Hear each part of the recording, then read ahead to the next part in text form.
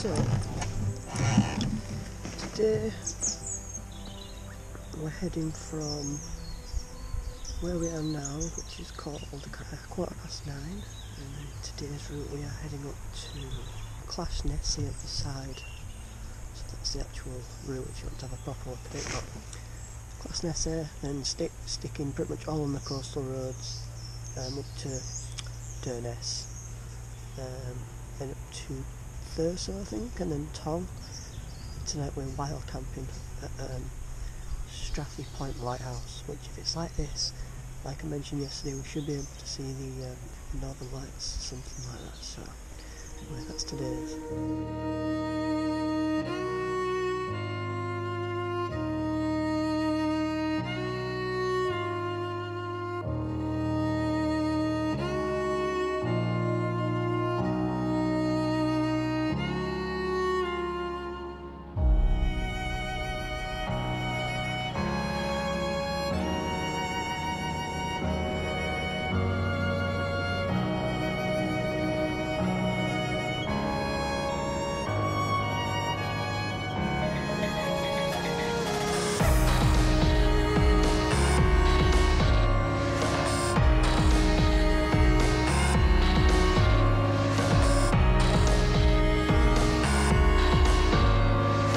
He's not acting like a bitch today, it's alright.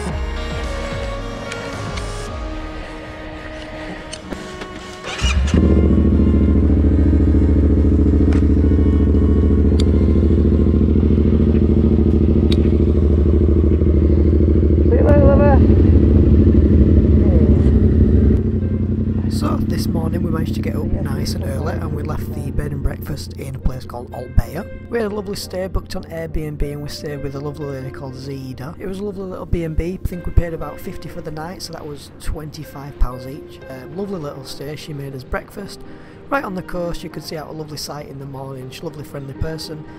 Nice shower, warm bed, all that sort of good stuff you need after a long day's ride. Also it had Wi-Fi access. It was nice to have a bit of Wi-Fi signal as well, especially catching up on some YouTube and replying to a few comments and stuff like that. We were up nice and early, left Altbea for about 9:30, but from the day before when we had poor weather, we checked the weather this morning, another reason to have Wi-Fi, and it looked like we were forecast sunshine on the entire route all day long. Headed off out of Altbea, all the way up the A832, coming up on the actual NC500 tourist route now. So we're finally on the route the third day in. So the A832 took us up the west coast, and like I say, we're finally on the actual tourist route. And let me tell you, there were some absolutely beautiful sights to be seen that morning. Some sights that you wouldn't have seen if the weather was like it was the day before. For example, you see on the video where you could see the clouds on the top of the mountains, and visibility were unbelievably clear. You could see all the way out to sea looking at the cargo ships and stuff. So like I said, we got a nice early start, but it was soon cut short by a traffic incident that happened just on the way into Ullapool. Now we're both running low on fuel at this point, so we had to stop, turn his engine off, and we had to wait a good 25 to 30 minutes just sat there in traffic with the bikes just sat in gear turned off. Now we couldn't filter to the front because it was a traffic road collision, so out of respect to those who had had their accident, we didn't filter, and there are a few people that, you know, kind of shot past us, but yeah, kind of held us behind half an hour. And then we got some fuel in Ullapool at a Tesco, got chatting to a lovely local who recommended some sites but also give us some advice for further up north. Then we headed off up to Scourie Moor, hitting one of the best roads on the trip so far, the B869. So yeah, I'll leave you with the footage of this.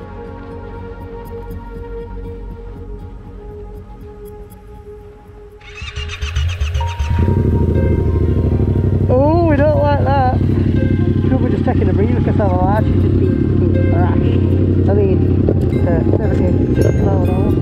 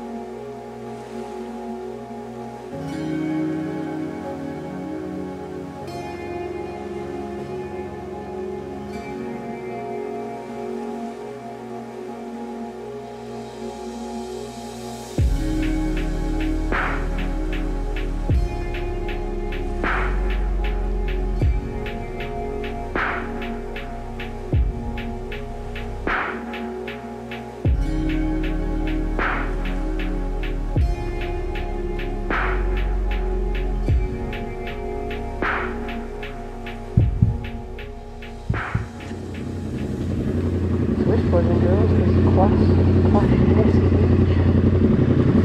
And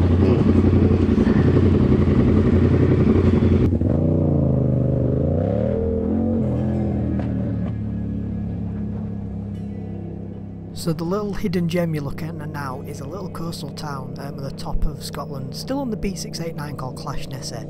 Now this is the kind of stuff that we were really surprised of seeing up there. Now we looked at pictures before we went of the NC500 and nothing like this showed up. Now this isn't because we hadn't researched it properly, this is just one of them sheer chance things where the weather was perfect, the sea looked perfect, and probably 9 times out of 10 every year it never looks like that, so we're just there at the right place at the right time. Luckily as well, managed to get the drone up, get some awesome footage there which you've already seen, super happy with that. So then we carried on with the day, heading up the B689 which takes you all the way from Clash SEH down to Drumbeg, still carrying on the coastline, all along the rocks on little single track roads with passing places, all the way up to a place called Unnapool. Then again carrying up on the coast roads, still on the NC500 tourist route. You'll see while you're on these routes, maybe on a couple signs on the videos as well, that these little NC500 blue marks on the signs to say that you're on the route, and every now and again it'll remind you how close you are to Johnny Groats and how far away you are from all that sort of stuff. But yeah, this is what we were saying to each other on the SENAs, and you'll try hear me saying it on the videos, so you will hear me saying quite a lot that this doesn't look anything like Scotland. Now this is what would really surprise me. The further north you go, the closer to Iceland and stuff you are, and the kind of the scenery changes, and it doesn't look like the Scottish Highlands anymore.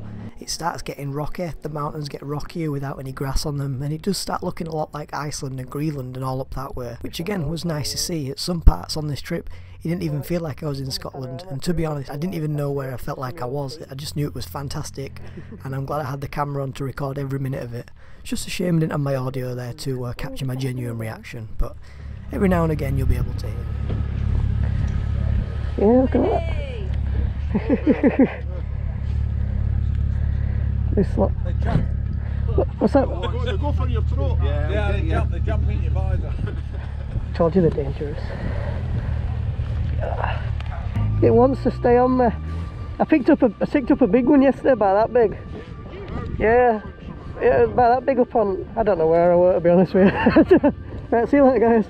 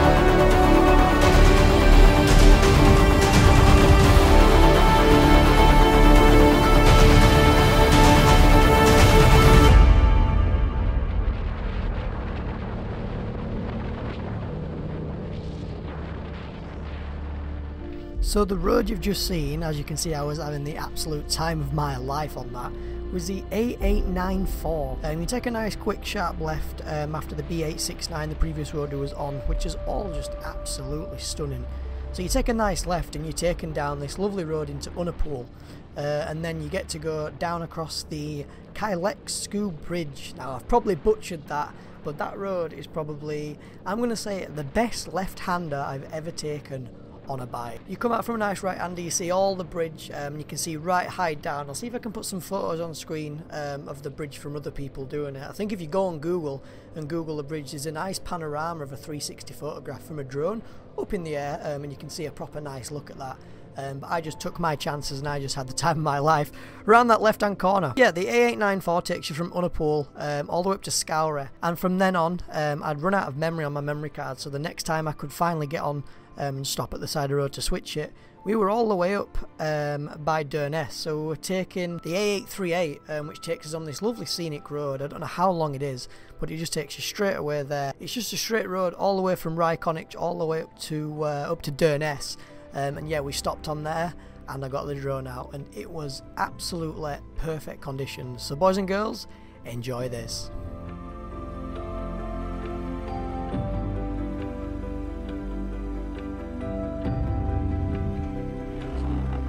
Just an orgasm, just one.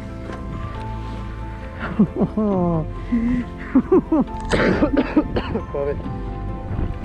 Just Jake bringing COVID to our send of nowhere.